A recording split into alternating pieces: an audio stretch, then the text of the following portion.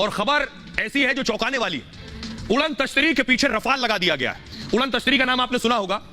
कुछ इस तरह की उड़न तश्तरी जो भारत में देखी गई है, भारत के आसमान में देखी गई। अगली तस्वीर दिखाइए जरा। ये आप देख रहे हैं, ये उड़ते हुए जो नजर आ रही है, ये बताया जा रहा है ये क्या चीज अचानक ये गायब हो गई है। फुल स्क्रीन लीजिए जरा इसको। ये आप देख रहे हैं, ये उड़न तश्तरी बताई जा रही है जो भारत में देखी गई और इसके पीछे रफाल विमान लगा दिए गए। और ये आप देख रहे हैं इंफाल एयरपोर्ट की तस्वीर, मणिपुर के इंफाल में इसे देखा गया। आइए मैं आपको दिखाऊं। जैसे ही जानकारी मिली उसके बाद एक्शन हुआ, लेकिन किस जगह पर इस यूएफओ को देखा गया है ये आप देख रहे हैं। ये मणिपुर का नक्शा है और इंफाल एयरपोर्ट पर इस तरह की उड़न तश्तरी देखी गई। और जैसे ही जानकारी मिली वैसे ही कि भारत में एक यूएफओ आया है। यूएफओ मतलब वो अनजान उड़ती हुई वस्तु जिसके बारे में कोई जानकारी नहीं। देखिए जरा उसके बाद क्या हुआ।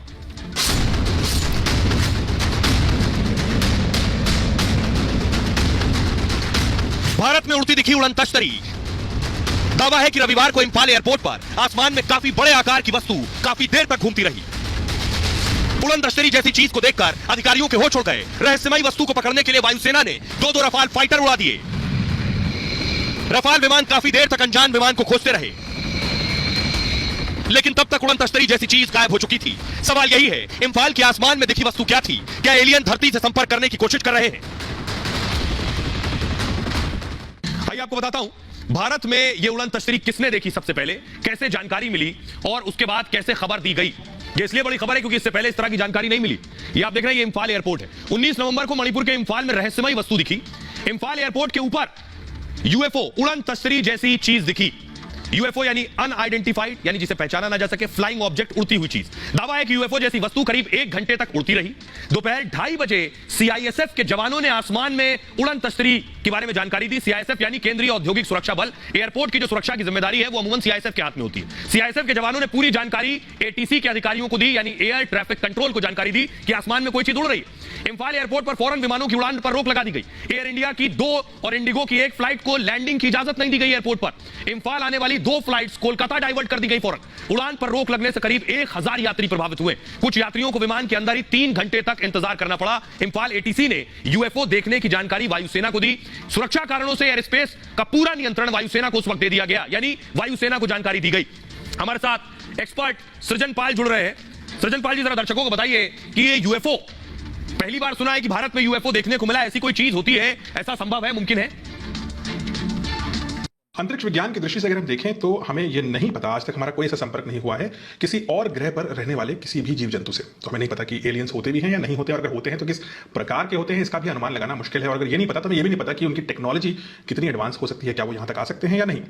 लेकिन एक चीज ध्यान देने, अगर हम आंकड़ों की बात करें तो ये ध्यान देने वाली बात है कि पूरे ब्रह्मांड में लगभग 2 ट्रिलियन यानी कि 2000 अरब ग्रह हैं, कम से कम, इससे ज्यादा ही होंगे। यानी कि 2 के बाद 12 शून्य लगाइए, इतने ग्रह हैं। इनमें से क्या कुछ ग्रह ऐसे हो सकते हैं जो हमारी पृथ्वी जैसे हों? तो अगर ऐसा कोई ग्रह हो जहां पर एलियंस रहते हों और वो हमसे टेक्नोलॉजी में आगे हों, तो संभव है कि वो हमसे कम्युनिकेशन स्थापित करने की कोशिश करें। तो सृजन पाल जी कह रहे हैं कम्युनिकेशन स्थापित करने की कोशिश करेंगे। और क्या ऐसा किया? जैसे ही एटीसी और वायुसेना को पता चला, देखिए फौरन रफाल विमान को उड़ा दिया गया। रफाल विमान यूएफओ के पीछे भेजे गए कि क्या कोई उड़न तश्तरी है। ये सोचिए, ये सब कुछ हिंदुस्तान में हो रहा था, भारत में। एटीसी से जानकारी मिलने के बाद वायुसेना फौरन अलर्ट पर आ गई। पश्चिम बंगाल के हाशीमारा एयरबेस पर रफाल विमान तैनात है। वायुसेना ने फौरन एक रफाल विमान को इंफाल के लिए रवाना किया। फाइटर जेट ने आसमान में काफी दूर और ऊंचाई तक उड़ान भरी। रफाल के पायलट को आसमान में कुछ नजर नहीं आया। रफाल के रडार पर भी कोई रहस्यमयी वस्तु नहीं दिखी उसे। पहला रफाल फाइटर जैसे ही लौटा, दूसरा रफाल को भेजा गया। दूसरा रफाल भी अनजान विमान या यान, उसे नजर नहीं आया। घटना को लेकर वायुसेना की पूर्वी कमांड ने सोशल मीडिया एक्स पर लिखा, इंफाल हवाई अड्डे से जानकारी मिलने के बाद वायुसेना ने एयर डिफेंस सिस्टम को चालू कर दिया। हमें कोई अनजान वस्तु नजर नहीं आई। वायुसेना ने रहस्यमयी वस्तु को लेकर पूरी जांच पड़ताल की, फिर इंफाल एयरपोर्ट को उड़ान बहाल करने की अनुमति दी। लेकिन यूएफओ नहीं दिखा। लेकिन क्या यूएफओ इतना अत्याधुनिक था कि रडार की पकड़ में नहीं आया? आइए अब आपको बताता हूं, ये जो उड़ने वाली चीज है ये है क्या, जिसे हम यूएफओ कह रहे हैं। बहुत से लोगों ने पहली बार नाम सुना होगा या किस्से, कहानी और किताबों में सुना होगा। ये है यूएफओ जो आप देख रहे हैं। यूएफओ मतलब अनआइडेंटिफाइड फ्लाइंग ऑब्जेक्ट। इसको उड़न तश्तरी भी कहते हैं। कई बार आसमान में तश्तरी के आकार की उड़ने वाली चीजें दिखी हैं। अमेरिका से लेकर दुनिया भर में ऐसी घटनाएं भी सामने आई हैं। दावा है कि एलियन इनका इस्तेमाल करते हैं। अमेरिका में भी कई बार यूएफओ का पीछा किया गया है, लेकिन अमेरिकी विमान यूएफओ को नहीं पकड़ पाए। यानी ये अमेरिका के साथ भी हो चुका है। दावा है कि यूएफओ की तकनीक काफी उन्नत है। रडार भी यूएफओ को नहीं पकड़ पाते। अमेरिका ने स्टेल्थ विमान बनाए हैं और इन विमानों में विशेष तकनीक का इस्तेमाल हुआ है। ये विमान भी रडार की पकड़ में नहीं आते। हाइपरसोनिक मिसाइल को भी रडार नहीं पकड़ पाए हैं। अब स्टेल्थ तकनीक से ड्रोन भी बनाए जा रहे हैं। ऐसे ड्रोन को रडार नहीं पकड़ पाता है। ये बताने का मकसद ये है कि हमारे रफाल भी के रडार इसे नहीं पकड़ पाए, तो कोई बड़ी बात नहीं है। जब हम बहुत सी तकनीक बना पाए हैं जिसे रडार ना पकड़ पाए, तो अगर कोई यूएफओ जैसी चीज है और वो आई है तो संभव है उसे रडार ना पकड़ पाए। हमारे साथ एक्सपर्ट सृजन पाल जी जुड़ रहे हैं। सर, एक सवाल मेरा यह है कि हमारे रडार रफाल के उसे नहीं पकड़ पाए और हमारी बाकी रडार तकनीक भी नहीं पकड़ पाई। क्या यह मुमकिन है कि यूएफओ आया हो, उड़न तश्तरी आया हो और हमारे जो तकनीक है वो उसे ना पकड़ पाई हो?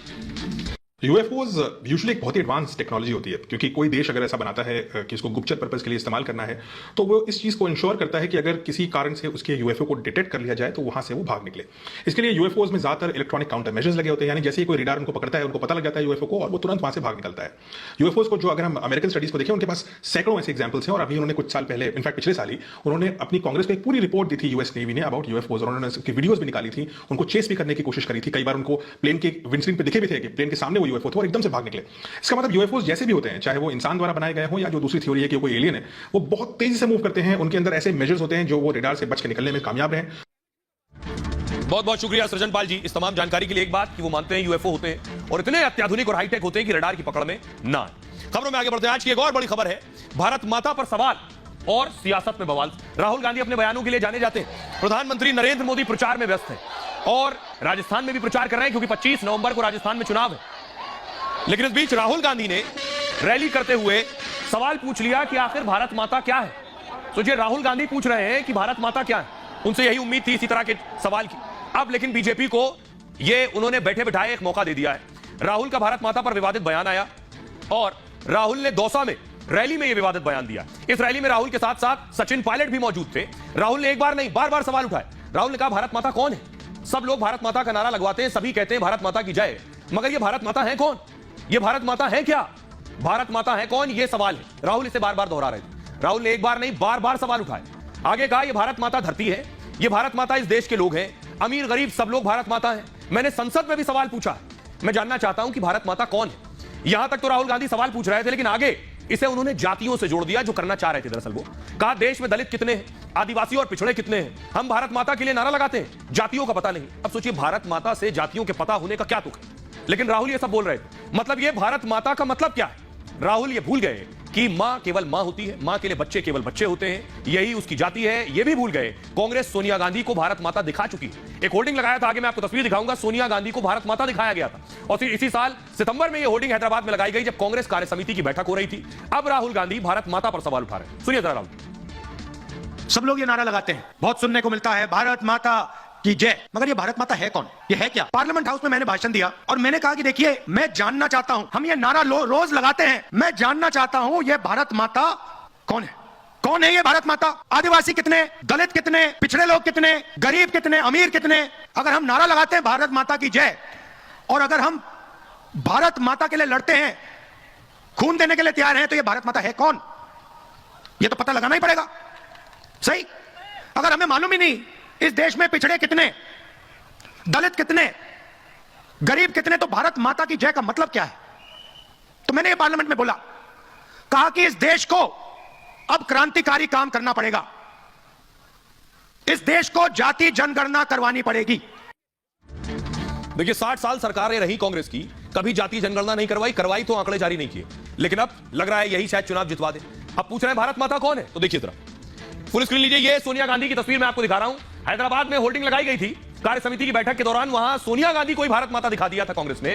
तब सवाल उठे थे, इंदिरा इज इंडिया और इंडिया इज इंदिरा, तो सोनिया गांधी भारत माता और भारत माता ही सोनिया गांधी। और राहुल गांधी पूछ रहे हैं कि आखिर भारत माता है कौन? अब मैं आपको बताऊं कि आखिर राहुल गांधी ये सवाल क्यों कर रहे हैं। इसके पीछे कोरी सियासत है, सिर्फ पिछड़ा वर्ग और उसका वोट बैंक। दरअसल राजस्थान में कांग्रेस फंसी हुई है इस वक्त और चुनावी आकलन कांग्रेस के खिलाफ दिख रहे हैं। कांग्रेस ने सबसे ज्यादा टिकट जाटों को दिए और लेकिन कांग्रेस को बात बनती फिर भी नहीं दिख रही। 2019 के लोकसभा में जाटों ने वोट कर दिया बीजेपी को। उसे डर है कि इस बार भी बीजेपी बाजी ना मार ले कहीं, इसलिए अगड़ा पिछड़ा किया जा रहा है। अगड़ा और पिछड़े को बांट दो। भारत माता को जातियों से जोड़ा जा रहा है कि जातियों के बारे में बताओ, नहीं बताओगे तो भारत माता कौन? दोनों बातों में कोई तारतम्य और तुक नहीं है। इसके अलावा आपको बताऊं, ये आंकड़े देखिएगा। अब किसने कितने कैंडिडेट्स को टिकट दिया है। जाट कैंडिडेट जो कि पिछड़ा वर्ग में आते हैं, कांग्रेस ने 36 उम्मीदवार जाट उतारे और बीजेपी ने 33। इसके पीछे भी अगला पिछड़ा की सियासत है। कांग्रेस ने 34 दलितों को टिकट दिए हैं, बीजेपी ने भी 34 दलितों को टिकट दिए। आदिवासी 33 आदिवासियों को कांग्रेस ने टिकट दिए, बीजेपी ने 30 आदिवासियों को टिकट दिए। कांग्रेस ने 17 राजपूत कैंडिडेट उतारे, बीजेपी ने 25 राजपूत कैंडिडेट उतारे। ब्राह्मण 16 कैंडिडेट कांग्रेस ने उतारे, बीजेपी ने 20 उम्मीदवार ब्राह्मण उतारे। बनिया दोनों ही पार्टियों ने, कांग्रेस के 11 उम्मीदवार हैं और बीजेपी के भी 11 उम्मीदवार हैं। बताने का मकसद यह है कि कांग्रेस ने जानबूझकर अगला बनाम पिछड़ा करने के लिए ओबीसी कार्ड खेलते हुए पिछड़ों को ज्यादा उम्मीदवारी दी है और कैंडिडेट बनाया है। गुर्जर 11 प्रत्याशी कांग्रेस के हैं और बीजेपी ने 10 प्रत्याशी उतारे हैं। माली कांग्रेस के 4 और बीजेपी के 3 हैं।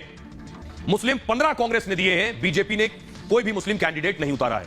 यह है राहुल गांधी की भारत माता का असली मायने। अब आपको सुनवाता हूं, सुनिए इस पर सियासतदान क्या कह रहे हैं। संतान भाव जिसमें होगा वो माँ की कदर समझेगा। इनकी माताजी तो भारत से है नहीं, तो वो जो भी इनके अंदर आया है उसमें भारत के प्रति संतान भाव है ही नहीं, तो फिर वो भारत को माता क्यों कहेंगे? देखिए, कोई विवादित तो उन्होंने बयान नहीं दिया है। उनके डीएनए में ही भारतवर्ष से उसको कोई प्रेम नहीं है, कोई प्यार नहीं है। और ये मैं इसलिए कह सकता हूँ कि अब कभी भी कांग्रेस पार्टी की कोई मीटिंगों में भारत माता की जय बोलने में लोग बड़ा चाहते हैं। उनके लिए तो भारत माता नहीं है, पूरी कांग्रेस के लिए तो सिर्फ एक ही माता है, सोनिया गांधी माता है। उनके लिए परिवार से आगे कुछ है नहीं, इसलिए वो इस प्रकार की बात करते हैं और सचमुच देश को शर्मसार करते हैं जब इस प्रकार की बात करते हैं। लाखों करोड़ों भारतीय जो हजारों साल से भारत को मां के रूप में देख के भारत माता के रूप में पूजते हुए उनके आस्था पे ठेस लगा रहे हैं, उनकी सोच पर मार कर रहे हैं, ये कहकर कि ये भारत माता है कौन। राहुल गांधी जी ने भारत माता के विषय में जो विवादित टिप्पणी की है, ये बहुत बड़ा अपराध किया है।